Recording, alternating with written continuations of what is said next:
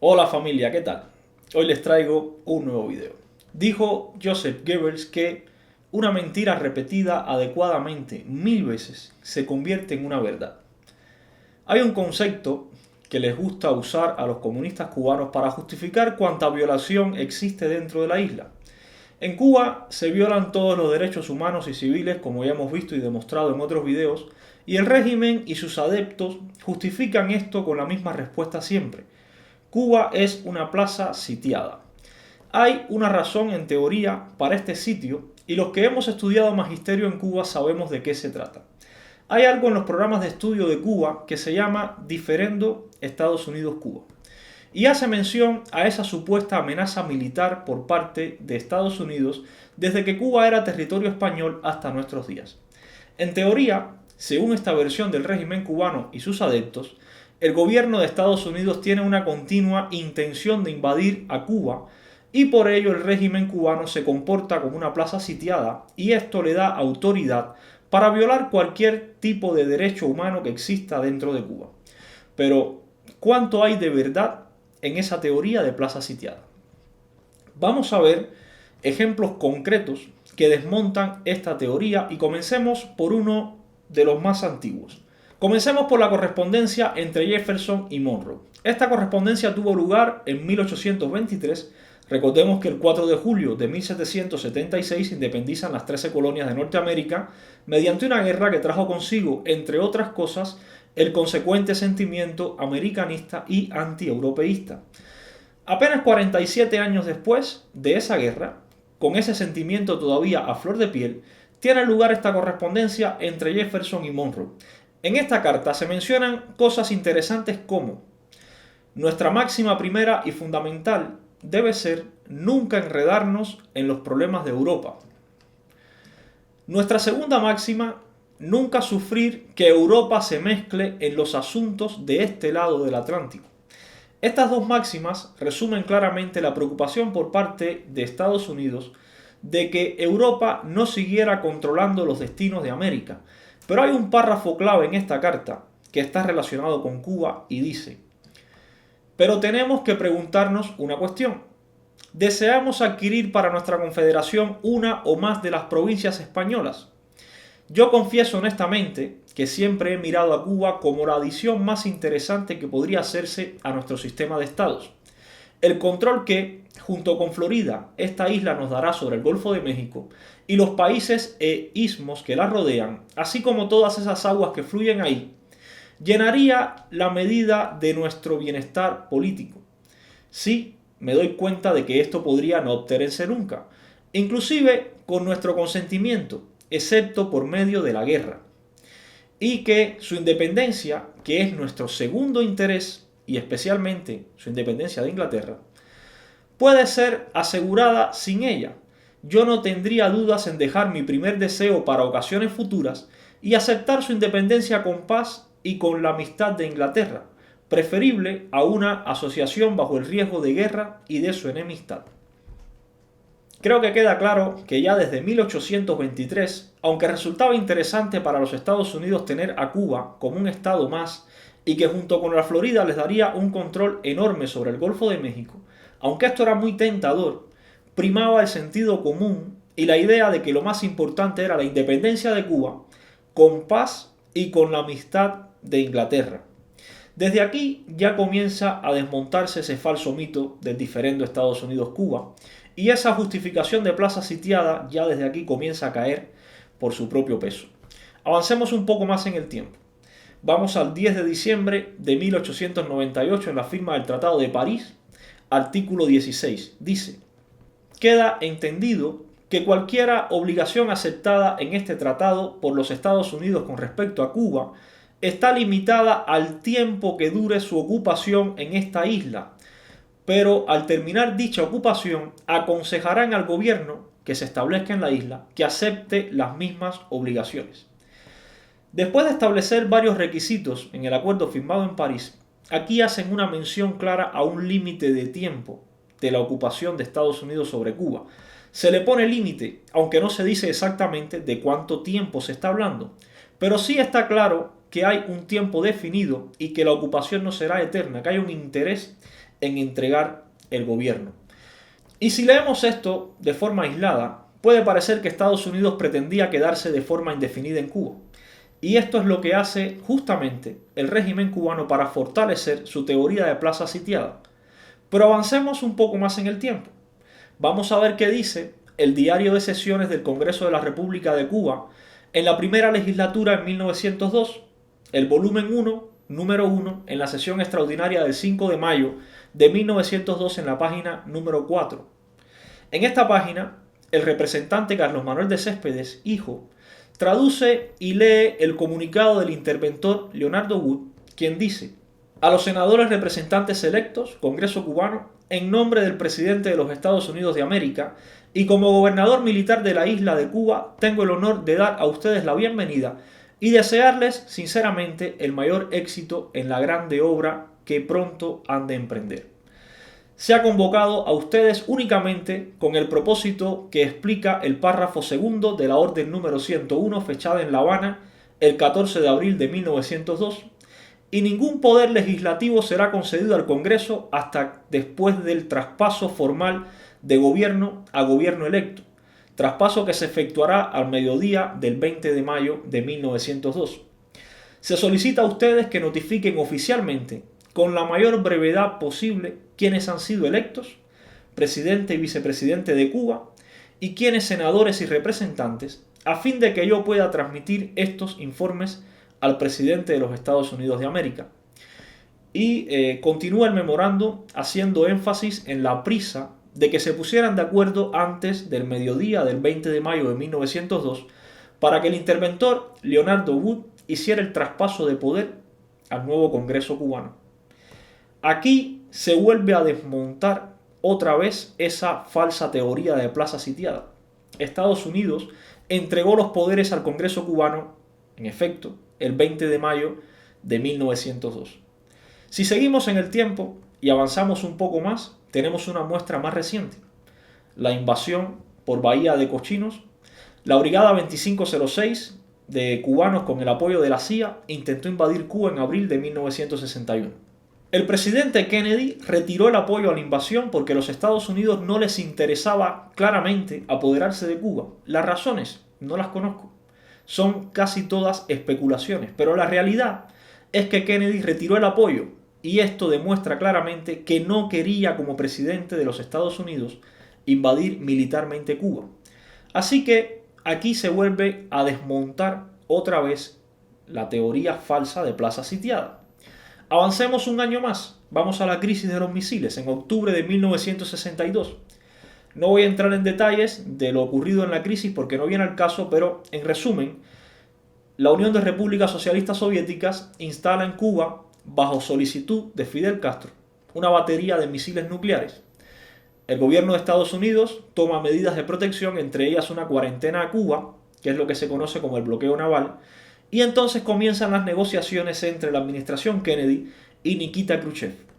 Aquí ocurre algo curioso y que pocos cubanos conocen, y es una de las razones de la continua bravuconería y guapería barata de Fidel Castro. Fidel Castro siempre presumió de valiente, de retar a los Estados Unidos. De esto hizo incluso prácticamente una medalla de honor ante el mundo. Se mostraba como ese rebelde que tenía el valor de retar al imperio y dejarlo en ridículo, ya que ese imperio tan grande no tenía el valor de aceptar el reto. Pero la realidad era otra muy distinta.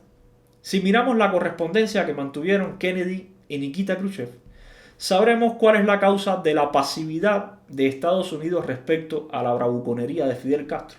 El 26 de octubre de 1962, Nikita Khrushchev escribe a Kennedy: el gobierno de los Estados Unidos hará una declaración análoga también ante el Consejo de Seguridad en el sentido de respetar a Cuba. Declarará que los Estados Unidos, impulsados por el respeto a la soberanía de Cuba y a la inviolabilidad de sus fronteras, se comprometen a no interferir en sus asuntos internos, a no invadir Cuba, a no hacer del territorio norteamericano una plataforma para tal invasión y a contener las intenciones de todas las personas que proyecten una agresión contra Cuba, tanto desde el territorio de los Estados Unidos como desde el territorio de los estados vecinos de la nación cubana. Y Kennedy responde el 28 de octubre de 1962. Tal y como yo leo y entiendo su carta, los elementos claves de sus propuestas, que me parecen aceptables en general, tal y como yo las entiendo, son los siguientes. Explica varios elementos y luego dice: levantar inmediatamente las medidas de cuarentena ahora en vigor y dar seguridad contra la invasión de Cuba. Confío en que otras naciones del hemisferio occidental estén dispuestas a actuar del mismo modo. Como pueden ver, el gobierno de Estados Unidos se comprometió desde 1962 a no invadir Cuba e incluso a dar seguridad contra cualquier invasión a Cuba. Así que aquí otra vez se desmonta ese falso mito absurdo de plaza sitiada. Y vamos a dejar claro una cosa. Las personas piensan que el último intento de invasión de Estados Unidos a Cuba fue el de Bahía de Cochinos. Esto es falso. No solo porque Kennedy no apoyó la invasión, sino además porque la CIA era la que estaba al tanto de todo y no la administración de Estados Unidos en su conjunto. Así que desde 1898 no existe ninguna intromisión militar en Cuba de Estados Unidos. E incluso en ese momento tan solo duró 4 años, ya que en 1902 fue entregado el gobierno de la isla al nuevo Congreso cubano. La única razón para usar ese falso mito de plaza sitiada es mantener un estado de excepción en el país que permita al régimen violar todos los derechos fundamentales de los cubanos. Las razones para que algunos cubanos defiendan esto pasan por el desconocimiento de la historia hasta el adoctrinamiento y comportamiento oportunista y servil al régimen de La Habana. Para cerrar el tema, hace unos días me encontré en el canal de mi amigo Darwin un argumento bastante curioso.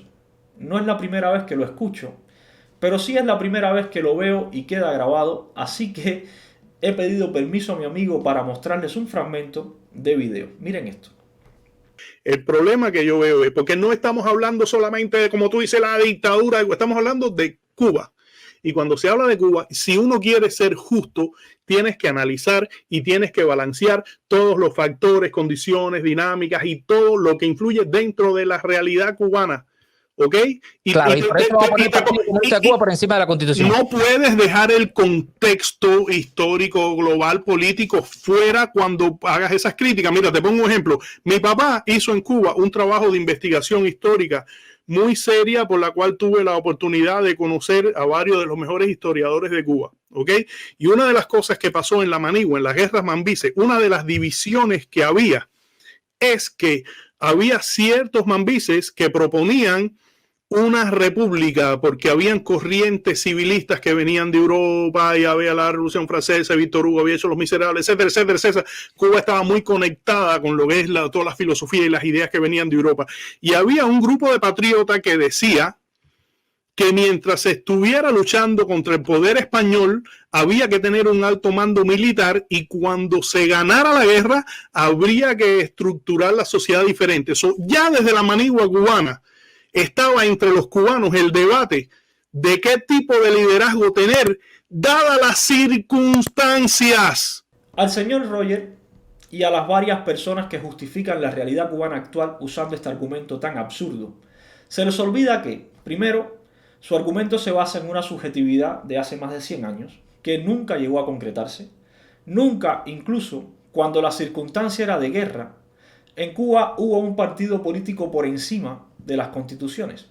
Nunca, aunque de verdad las circunstancias fueran de plaza sitiada, hubo un partido o una estructura política por encima de la constitución en Cuba. Segundo, y ahora vamos a los datos a demostrar lo que acabo de decir. Durante las guerras de independencia existieron constituciones que se llamaron Constituciones de la República en Armas, precisamente porque regían la República en tiempos de guerra. Y aún así, si vamos a la primera de ellas, la de Weimar, se establecía claramente una separación de poderes entre los 3 poderes desde el propio artículo 1, que mencionaba que el poder legislativo residía en una Cámara de Representantes. En su artículo 16, el poder ejecutivo residía en el presidente de la República. Y en su artículo 22, el Poder Judicial es independiente. Su organización será objeto de una ley especial. La Constitución de Baraguá fue la segunda constitución de la República en armas, una constitución muy breve que comenzaba diciendo que, en su artículo 1, la revolución se regirá por un gobierno provisional compuesto por 4 individuos. Aquí tampoco se centralizaba el gobierno. Y terminaba diciendo que el Poder Judicial es independiente y residirá conforme a las leyes antiguas en consejos de guerra. Otra vez se volvían a separar los poderes, incluso estando en guerra. Luego tenemos la Constitución de Jimaguayú, otra de las constituciones de la República en armas que también hablaba de separación de poderes, por ejemplo en su artículo 23, donde decía: el Poder Judicial procederá con entera independencia de todos los demás, su organización y reglamentación estarán a cargo del Consejo de Gobierno. Y además, por si quedaba alguna duda, justo en su artículo 24 dice lo siguiente: esta Constitución regirá a Cuba durante 2 años, a contar desde su promulgación si antes no termina la guerra de independencia. Transcurrido este plazo, se convocará a Asamblea de Representantes, que podrá modificarla y procederá a la elección del nuevo Consejo de Gobierno y a la censura del saliente.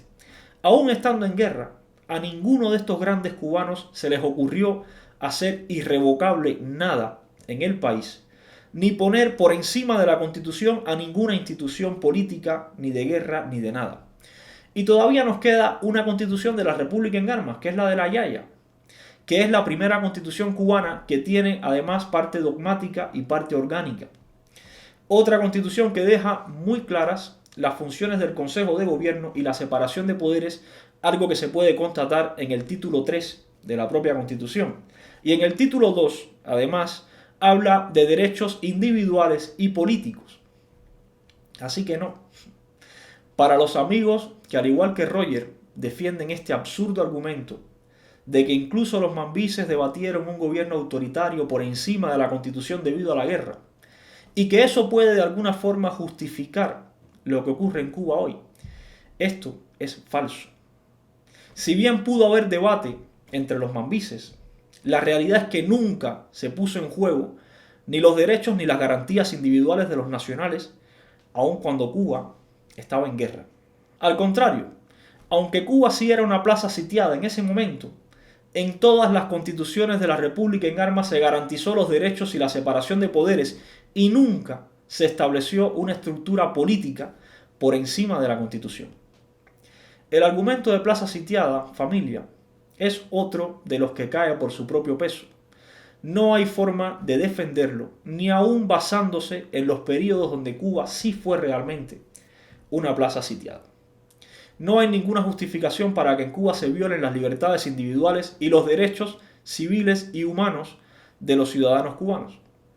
Y si bien es verdad, porque esto también hay que decirlo, que varias de las administraciones de Estados Unidos han influido en la política cubana, específicamente con intereses económicos, también es verdad que nunca ha existido el riesgo de una intervención militar a la isla ni de una política militar agresiva. Así que todas estas majaderías de plaza sitiada no son más que justificaciones que usa la dictadura y sus seguidores para continuar atropellando a los cubanos dentro del país. Estos son los datos. Estos son los tristes datos de cómo te engañan y cómo te intentan manipular con el cuentecito de la plaza sitiada.